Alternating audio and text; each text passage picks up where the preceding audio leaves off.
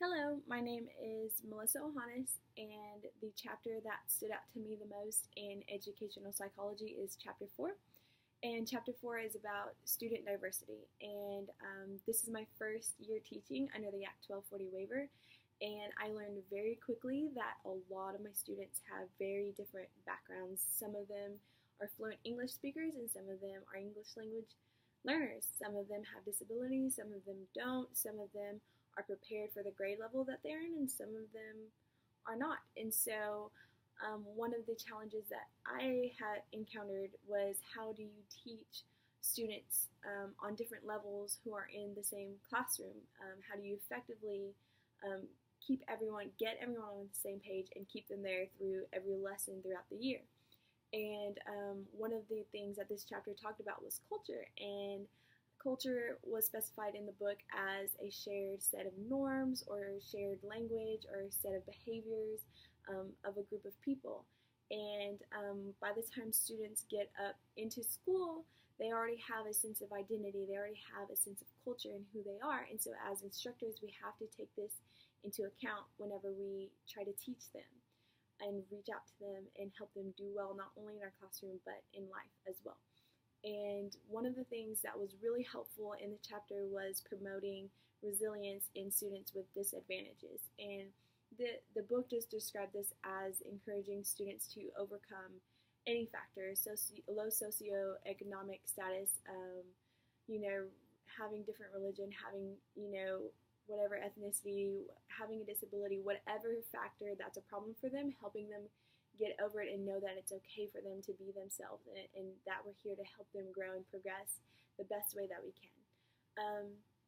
Another challenge that I ran into was with my English language learner students, because I teach science. And so learning English is one thing, but science is kind of like a language on its own. There's a lot of terminology, there's a lot of words that don't really make sense, and they're kind of difficult if you're not very familiar with them. And so for an English language learner, it's like learning three languages.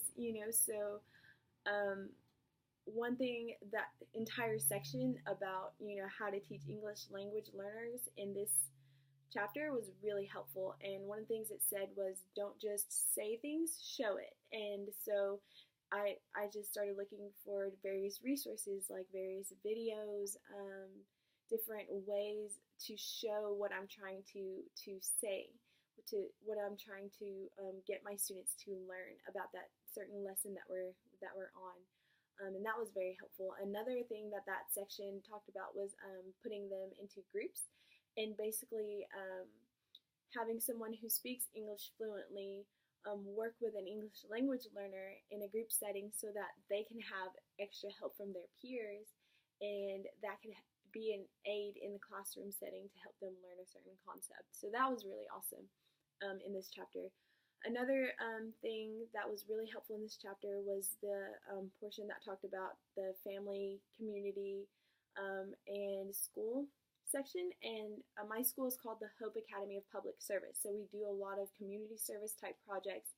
And in the chapter, it talked about communication being very, very important between parents. So helping parents get involved with their students so that they can practice, or they can, get the extra help at home so that they can do well in the classroom. So that was really awesome in the chapter as well.